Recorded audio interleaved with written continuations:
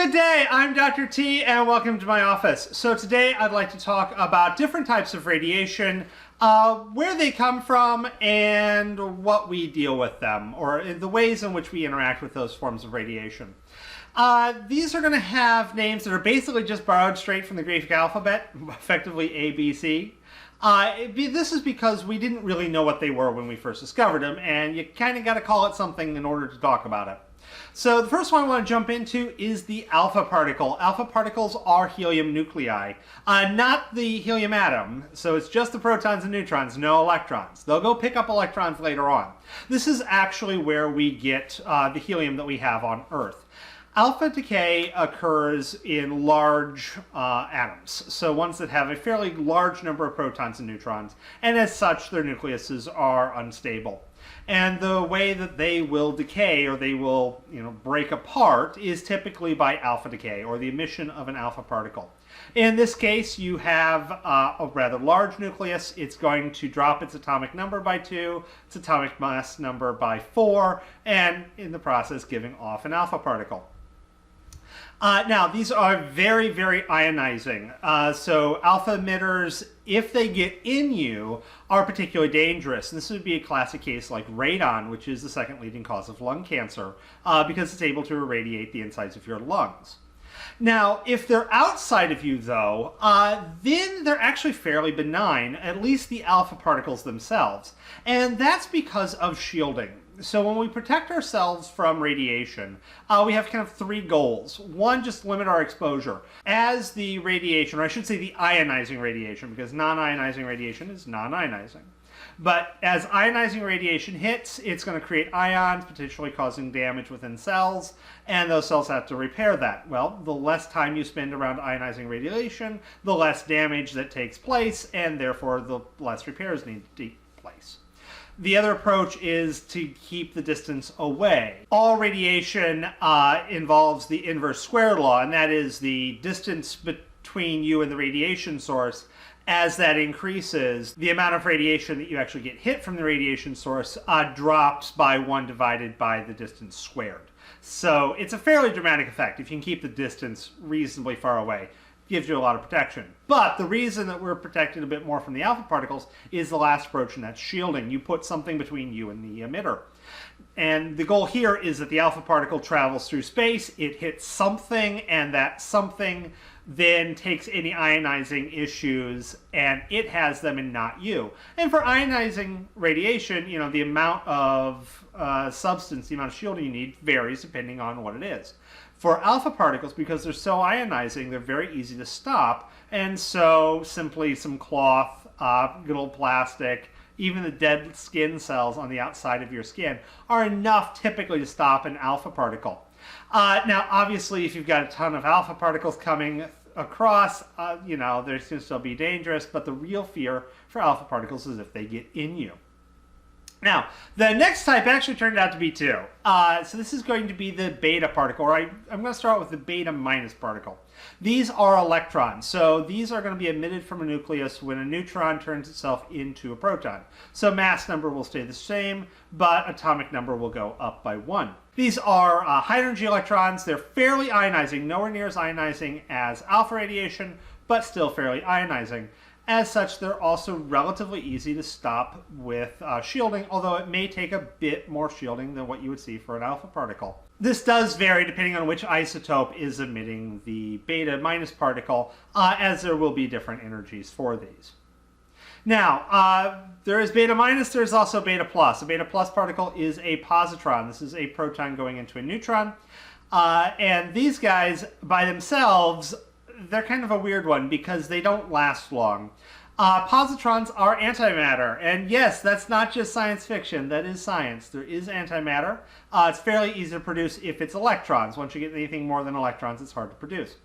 And just like you've seen on TV, antimatter will react with or interact with matter, and the two of them will annihilate each other, thus releasing energy in the form of gamma rays.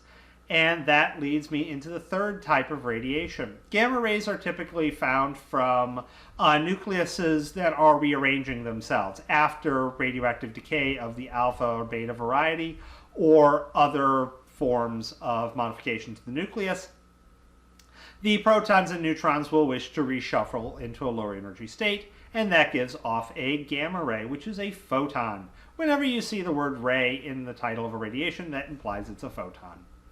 Gamma rays are not all that ionizing, however, they are definitely ionizing radiation, and because they're not incredibly ionizing like the other two, it's going to take a fair amount of shielding to stop them. Typically, on small-scale uses, you're going to see something like some lead. Now, depending on how much gamma radiation you have, depends on how much lead you're going to need, but typically you are going to be looking at several centimeters worth of lead to stop this. Now, you don't have to use lead. You can really use any substance. Lead is nice because it's a nice big nucleus, and it's very dense. But it is a little bit pricey. Metals are, not all that cheap. So alternatives might be something like concrete. But typically there are places that need radiation shielding that doesn't mind a few meters of concrete. If you're, say, in a nuclear power plant, you probably wouldn't mind having a lot of concrete. And that way you're nice and resistant to radiation, as well as anything else bad happening. Now, the looks can actually be a fairly major reason that you would go with the lead, because you can hide that behind the drywall. If you go into an X-ray room in a hospital, by the way, X-rays take similar shielding to stop as gamma rays, you'll notice the walls are slightly thick, but it still looks like you're in a weird hotel because they want your money, so they want to look nice for you.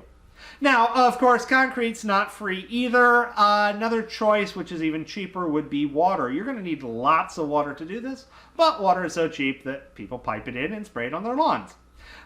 So you can take a large pool and drop your radioactive materials down into it, and by doing so, the water will provide the shielding. And that's, of course, what we do with cooling ponds. It's cheap, it's easy, and, well, it keeps things nice and chilly. The last form of radiation I'd like to talk about, I've actually alluded to earlier, and that is the X-ray.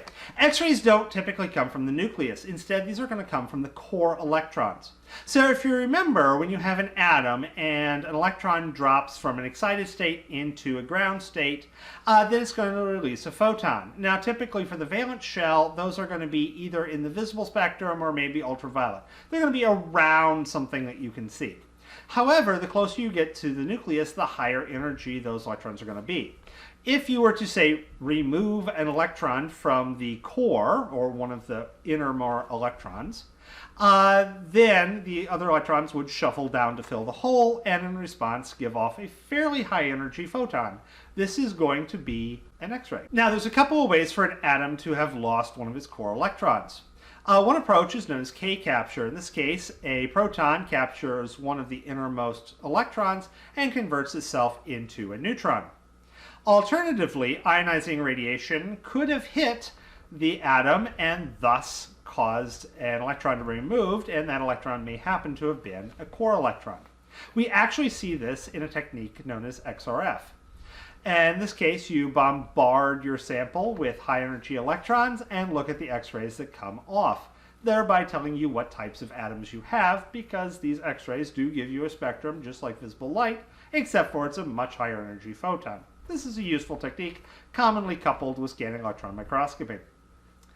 As I mentioned earlier, as far as shielding, you're looking at similar shielding for X-rays as gamma rays. You're going to need some fairly serious shielding, although not quite as much. This is, once again, why when you go to the dentist or the doctor and they're taking an X-ray of your head, they put this heavy metal vest over you. That's lead. The goal is to stop the X-rays from hitting your torso. One last aside before I leave you. Generally speaking, your best bet with radiation safety, or kind of the cardinal thing you want to avoid, is getting the radioactive material in you. If it's in you, obviously there is no distance because it's literally in you. There's no shielding because, once again, it's in you and there's nothing between you and it. And it's going to stay in there as long as it wishes to do so.